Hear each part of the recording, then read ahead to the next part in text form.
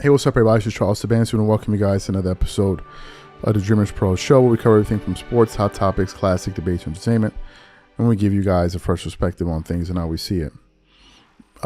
Excuse my countenance. I just read something that, frankly, didn't sit well with me. So we want to get into the subject matter. You already read the headline of this video.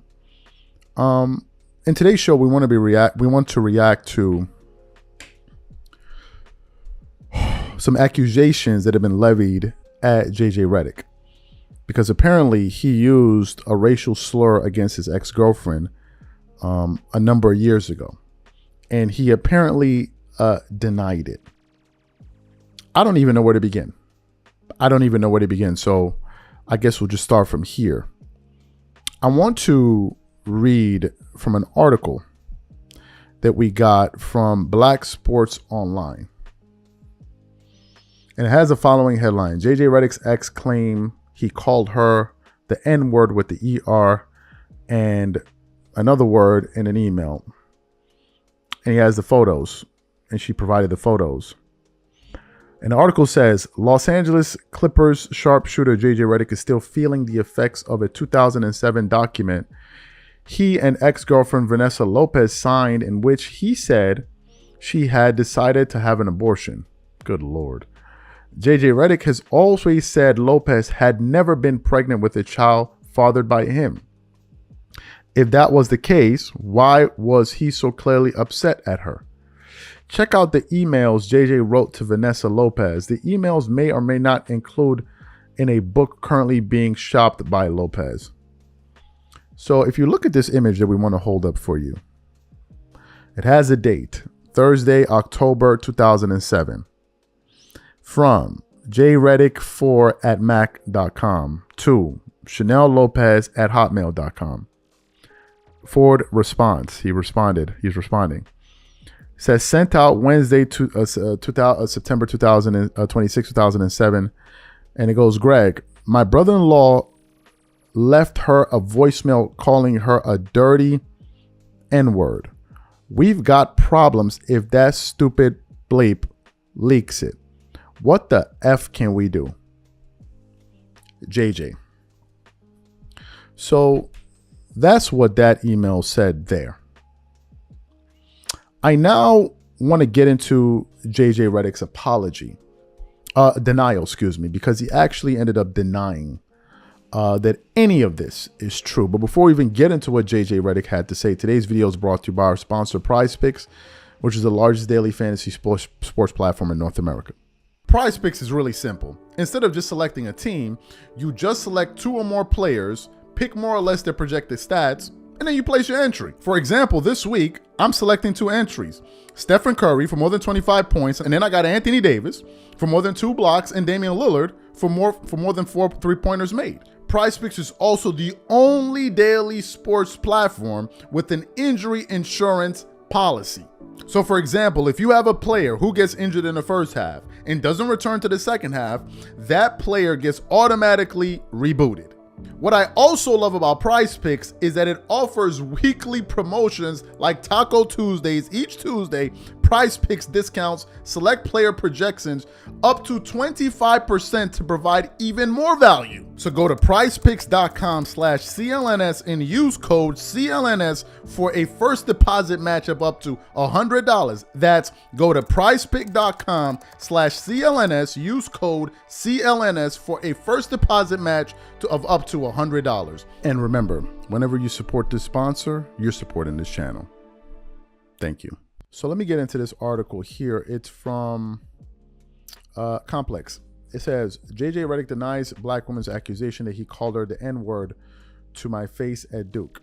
Continues on. JJ Redick has denied calling a black woman the N-word while he was a student at Duke University. On Tuesday, Halima Nash posted a tweet where she recalled a time on campus when Redick allegedly threw a racial slur at her. According to Nash, she was working at Duke's men's basketball team when Redick called her the N-word.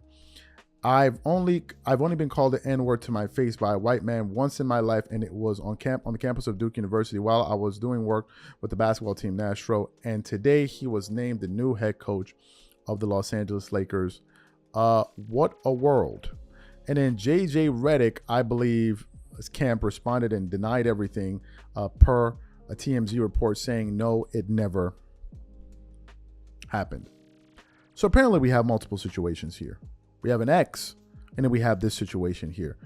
What do I think about all of this? First of all, I am deeply disturbed by everything that I am reading.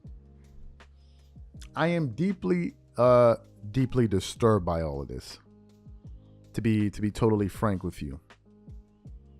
I don't know what is going on. I don't know what is going on here. But that email was damning. That email was damning. Then you have a situation where, what is it? I think a female staff member who was working at Duke, Halima Nash, she accused him of that. Then you have the situation with the agent slur that he apparently used, in which he even apologized via ESPN report when he was booed.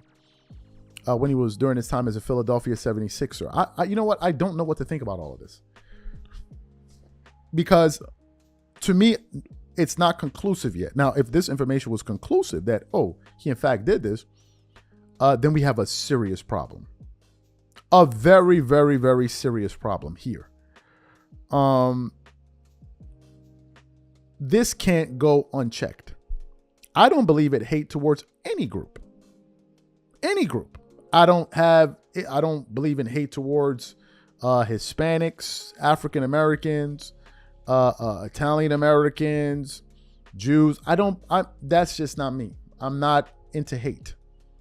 I'm not a hateful person. I don't have any kind of racism in me towards any. It's just not me. I was never raised like that. You know, and maybe some people watching this want me to take a particular position. Hey, call them a I'm not doing any of that because I don't get a kick out of doing stuff like I just don't. So I hope none of this is true. But if it is true, it's a very big problem and something needs to be done about it immediately. There needs to be a correction that takes place immediately. And if this thing turns out to be true, it is going to be a disaster for the Los Angeles. Like, it is going to reflect poorly on them. What the issue will be is their vetting process, that they didn't do their due diligence. Because if we have a situation like this, in which is true, and you heard what Chris Broussard said, he better not be lying. Because if he is, this is damaging. Damaging. I pray for his sake that this is not true.